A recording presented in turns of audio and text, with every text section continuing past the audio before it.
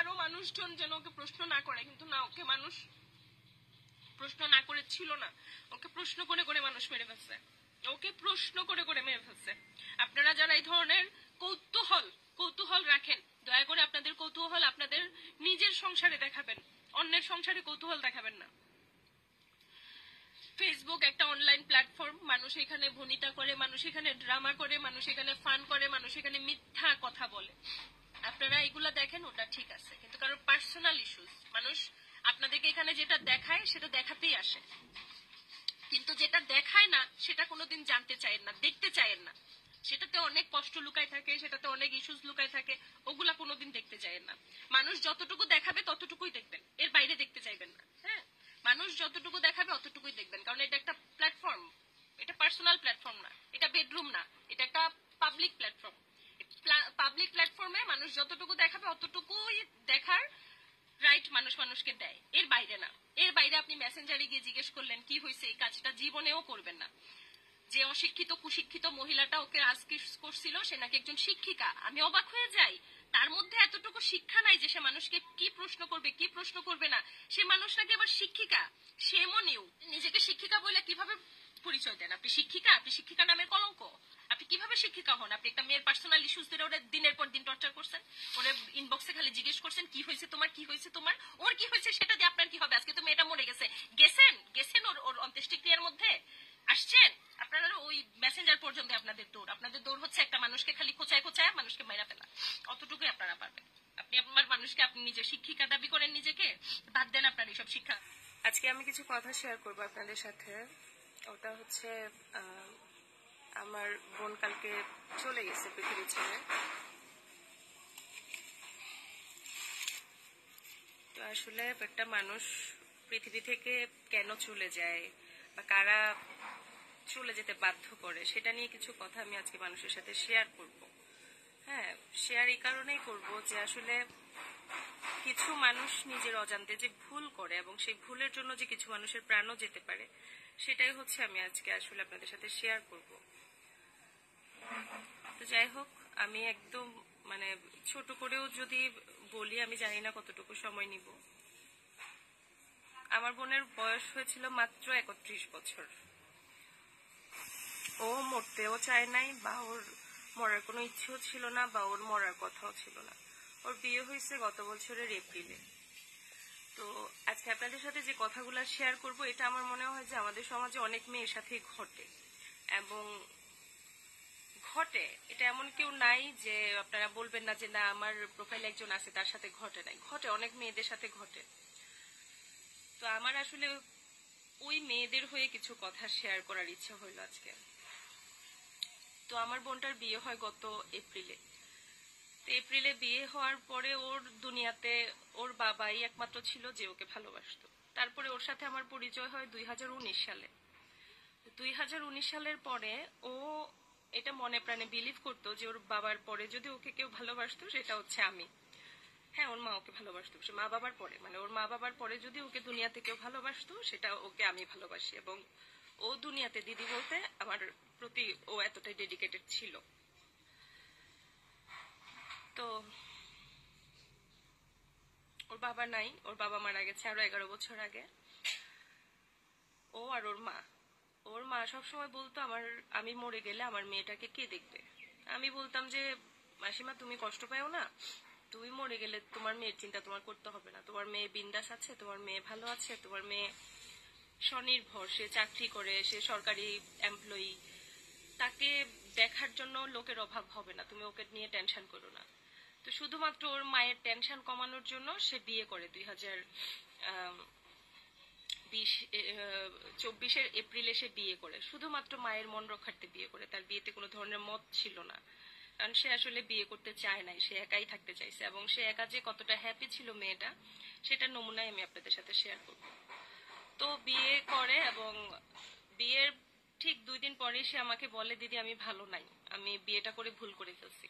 একটা মেয়ে যখন বিয়ের দ্বিতীয় দিনের মাথায় আপনাকে এই কথাগুলো বলবে যে ও ভালো নাই বা ও কষ্টে আছে, তখন না আপনাকে বুঝতে হবে যে একটা মেয়ে বিয়ের 2 দিন পরেই যখন বলছে সে ভালো নাই, তার মানে সে ভালো নাই। এই বিয়েতে আর তাকে জোরাজুরি করার কিছু নাই।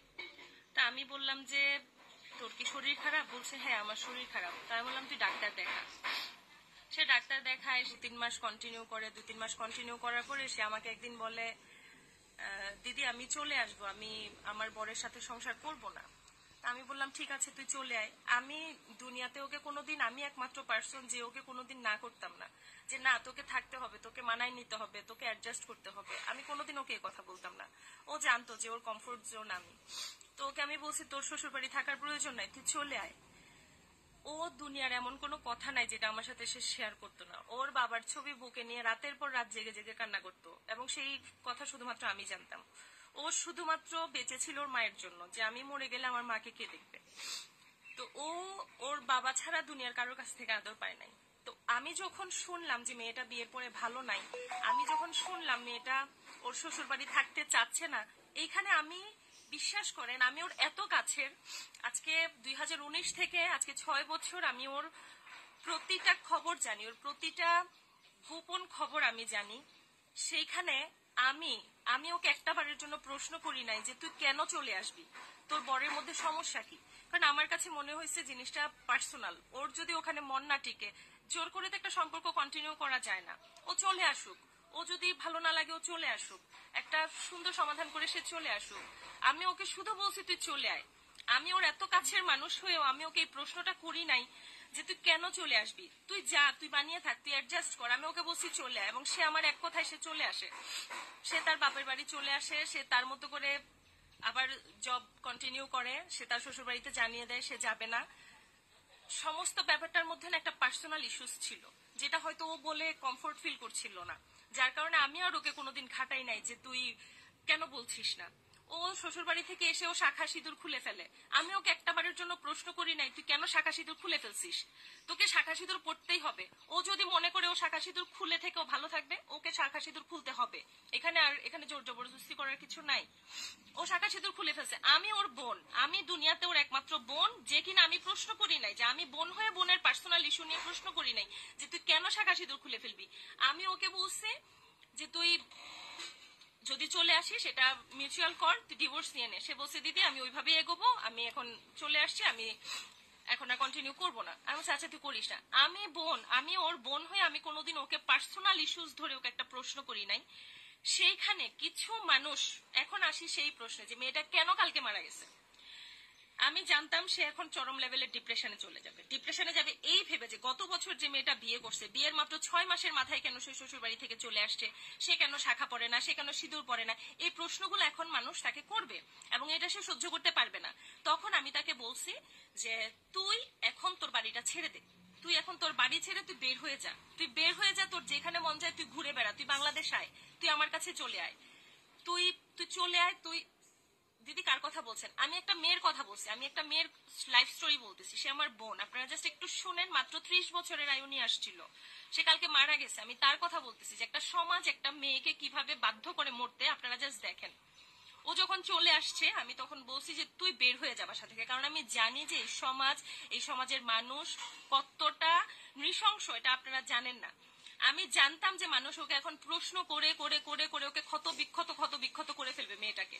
আমি ওকে বলছি যে তুই বাসা থেকে বের হয়ে যা, তুই বাংলাদেশ আয়, তুই আমার কাছে চলে আয়, তুই ঘুরতে যা, তুই থাকিস না এখন, তুই কলকাতা চলে যা, তুই যেখানে মন চায় তুই চলে যা, তুই যে মানে তুই তোর বাড়ির আশেপাশে থাকিস না। আমি ওকে বলছি, আমি ওকে বারবার বলতাম যে তুই চলে যা। বিশ্বাস করেন আমি ওকে বলতাম যে তুই মানুষের থেকে দূরে থাক, কিন্তু কখনো ওকে এটা বলতাম না যে তোর স্বামীর সাথে কি সমস্যা, তোর হাজবেন্ডের সাথে কিসের বনিবনা হচ্ছে না। হ্যাঁ, কারণ যে মানুষটা নিজে থেকে বলতেছে না, এটা আমি তাকে কিভাবে ঘাটাইয়া বলি বলেন। কিন্তু দেখেন ওর পাড়া প্রতিবেশী ওর বাসায় বিকেল বেলা আসতো, কাকি জেঠিমারা আসতো ওর বাসায় খোঁজ নেওয়ার জন্য ও কেন শাখা খুলে ফেলছে। ওর ওর কাকিরা আসতো, ওর পাড়ার কাকিমারা আসতো, ওর যে অফিস করতো অফিসের কলিগেরা আসতো, কলিগদের বউরা আসতো, পাড়ায় যে দোকানদার ছিল দোকানদাররা ওকে দেখলে টিটকারি মারতো। হ্যাঁ, যে 2 দিনও হয় নাই বিয়ে করছে চলে আসছে। আচ্ছা ভাই, আমাদের সমাজে একটা মেয়ে বিয়ে করলেই কি শেষ ওর জীবনটা? ও তো বিয়ে করছে, বিয়ের আগের লাইফ আর বিয়ের পরের লাইফ দেখেন, বিয়ের পরে 8টা মাসও তো মেয়েটা জীবিত নাই। তো একটা মানুষ যদি বিয়ে করে একটা মানুষ যদি বিয়ে করে সে তার স্বামীর সাথে না থাকে বা থাকতে না চায়, এটা সম্পূর্ণই তাদের পার্সোনাল ইস্যুস, এবং সে যদি শেয়ার করতে না চায় সেটা তো আরো পার্সোনাল। এখন বলি বলতেছি। আমি বলতেছি যে আপনারা পুচি ফ্যামিলিতে আমাকে দেখতেছেন, এই পুচি ফ্যামিলির মাধ্যমে আপনারা আমাকে চিনেন। আপনাদের মধ্যে থেকে একজন যার সাথে আমার পরিচয় হয়েছিল 6 বছর আগে, এবং 6 বছর আগে আমি ফিল করেছিলাম যে আমি তাপসী, আমাকে এই মেয়েটা মন প্রাণ দিয়ে ভালোবাসে। মানুষের আপনি কার কত টাকা আছে, কার কত ব্যাংক ব্যালেন্স আছে আপনি অনুমান করতে পারবেন না, কিন্তু কার মধ্যে কতটা আপনার প্রতি দয়া আছে, আপনার প্রতি ভালোবাসা আছে, এইটা আপনি খুব ভালো ফিল করতে পারবেন আপনি যদি মানুষ হয়ে থাকেন। তো আমি 6 বছর আগে মানে ফিল করছিলাম যে আমাকে কিছু মানুষ ভালোবাসে, মন প্রাণ দিয়ে ভালোবাসে। তার মধ্যে এই মেয়েটা আমাদের দেশের কেউ না, ও বিদেশের একটা মেয়ে। ওর সাথে আমার অনলাইনে পরিচয়, এবং সেইখান থেকে সে আমাকে নিজের বোন ভাবতো, বোনের চেয়েও বেশি ভাবতো। ও সবসময় বলতো যে বাবা মায়ের পরে যদি আমি কাউকে ভালোবাসি সে হচ্ছে তুমি। ওর এমন কোনো গোপন কথা নাই সে আমাকে বলতো না। তো আমাদের যেহেতু গ্রুপ আছে বিভিন্ন পুচি ফ্যামিলি, ওর ডিপ্রেশন, ওর বাবা মারা যাওয়ার পরে ওর ডিপ্রেশন কাটাইতো আমার পুচি ফ্যামিলি, আমার পুচিদের বিড়াল দেখে, বিভিন্ন কিছু দেখে। তো সেই মেয়েটা বিয়ে হইলো, বিয়ের পরে ও 6 মাস সংসার করে চলে আসলো। তারপরে দিয়ে মানুষের এত আগ্রহ, এবং আমাকে যারা চিনে আজকে 6 বছর ধরে, আজকে দেবলিনাকেও অনেকে চিনে। সেই দেবলিনা যখন শাখা সিঁদুর ছাড়া ফেসবুকে ছবি দেওয়া শুরু করলো, কিছু মানুষ আমাকে এসে মেসেঞ্জারে নক করে জিজ্ঞেস করতেছিল যে দেবলিনা শাখা সিঁদুর খুলে ফেলছে কেন, দেবলিনার শাখা সিঁদুর কেন খুলে ফেলছে, দেবলিনার জামাইয়ের সাথে কি ঝগড়া হয়েছে, তোমার ছোট্ট মোবাইলটা দাও, ওর কি জামাইয়ের সাথে কিছু হয়েছে। ভাই, একটা মেয়ের যদি জামাইয়ের সাথে কিছু হয় তাহলে আপনার সমস্যাটা কি? একটা মেয়ে যদি স্বামীর ঘর না করে আপনার সমস্যাটা কি? এইভাবে মানুষ ওকে পার্সোনালি অ্যাটাক করে করে করে করে করে করে ডিপ্রেশনের চূড়ান্ত পর্যায়ে নিয়ে গেছে। আমাদের সমাজে এমন অনেকে আছে, আমাদের প্রোফাইলে দেখবেন যে স্বামীর সাথে খুব ভালো করে ছবি দিচ্ছে, খুব অন্তরঙ্গ ছবি দিচ্ছে, খুব হাসি খুশি ছবি দিচ্ছে, হঠাৎ করে দেখবেন যে কোনো ছবি নাই, হঠাৎ করে দেখবেন যে সব ছবি ডিলিট করে দিচ্ছে। তো তারপরে কি আপনি তাকে ইনবক্সে জিজ্ঞেস করতে যাবেন তুমি স্বামীর সাথে ছবি দাও না কেন? এটা আপনারা কেউ কোনোদিন কইরেন না, এটা ঠিক না, এটা কইরেন না আপনারা কোনোদিন। যে একটা মেয়ে যখন তার স্বামীর সাথে ছবি দেওয়া বন্ধ করে দিবে, একটা মেয়ে যখন স্বামীকে নিয়ে কোনো কথা বলবে না, এই ধরনের প্রশ্ন আপনারা কেউ তাকে করতে যায় না। এটা সম্পূর্ণটাই তার পার্সোনাল ব্যাপার। দেখেন আপনাদেরকে কি উত্তর দিবে, মানে মাত্র 6 মাস আগে বিয়ে হয়েছে, এই মেয়েটা আপনাদেরকে কি উত্তর দিবে সেটা খুঁজতে খুঁজতে খুঁজতে খুঁজতে খুঁজতে খুঁজতে গতকাল রাতে মেয়েটার হার্ট অ্যাটাক হয়ে ওর সময় পায় না, ও চলে যায়। ও সবার প্রশ্নের উত্তর কি দিবে? সে শুধু আমাকে বলতো আমি মানুষকে কি বলবো, আমি কি বলবো মানুষকে, কেন আমি 6 মাসও সংসার করতে পারলাম না, মানে আমি কি বলবো। তো একটা মেয়ে কেন সংসার করতে পারলো না সেটাতে তো আমাদের কনসার্ন হওয়া উচিত না। আমাদের যার যার সংসার আছে, যার যার পার্সোনাল লাইফ আছে, কেন একটা ডিভোর্সি মেয়েকে নিয়ে আপনারা পড়ে থাকেন, কেন একটা মেয়ের সংসার ভেঙে গেলে তাকে নিয়ে আপনারা পড়ে থাকেন, কেন মেয়েটা সংসার করতে পারলো না, কেন বিয়ে করলো, কেন দেরিতে বিয়ে করলো, ওর কেন 31 বছর বয়স হয়ে গেছে, ও কেন বিয়ে করছে না, এইটা নিয়েও আপনাদের সমস্যা ছিল। ও কেন বিয়ের পরে সংসার করছে না সেটা নিয়েও সমস্যা। তাহলে একটা মেয়ে যাবে কোথায়? একটা মানুষকে কথা বলে বলে, মানে প্রশ্ন করে করে কিভাবে একটা মানুষকে মেরে ফেলতে পারে সেটা আমি কালকে রাতে দেখছি। যার কারণে আমার মনে হচ্ছে আমাদের সমাজে এমন আরো অনেক মেয়ে আছে যারা হয়তো ওদের এই ইস্যুস গুলো নিয়ে কথা বলতে চায় না, ওরা হয়তো এই ইস্যুস গুলো কথা বলতে কমফোর্ট ফিল করে না, ওরা কিন্তু অনেক অনেক অনেক চরম টর্চারের চরম পর্যায়ে গেলে ওরা এই ধরনের সিদ্ধান্ত নেয় যে ওরা আর সংসার করবে না। সেইখানে আপনাদের আবার কেন ঠেকা পড়ছে যে একটা মানুষকে খুঁটায় খুঁটায় জিজ্ঞেস করবেন যে ওর কি হয়েছে, কেন ডিভোর্স, কেন একা থাকে, কেন সিঙ্গেল থাকে, কেন দেরিতে বিয়ে করে, এই ধরনের প্রশ্নগুলো কেউ কইরেন না দয়া করে। মানুষকে মানুষের মতো বাঁচতে দেন, মানুষকে প্লিজ মানুষের মতো বাঁচতে দেন। দেবলিনা আমার আপন বোন, যে মারা গেছে সে আমার আপন বোন। সে মারা গেছে, সে মানুষের প্রশ্নের উত্তর দিতে না পেরে মারা গেছে, সে মানুষের প্রশ্নে জর্জরিত হয়ে মারা গেছে।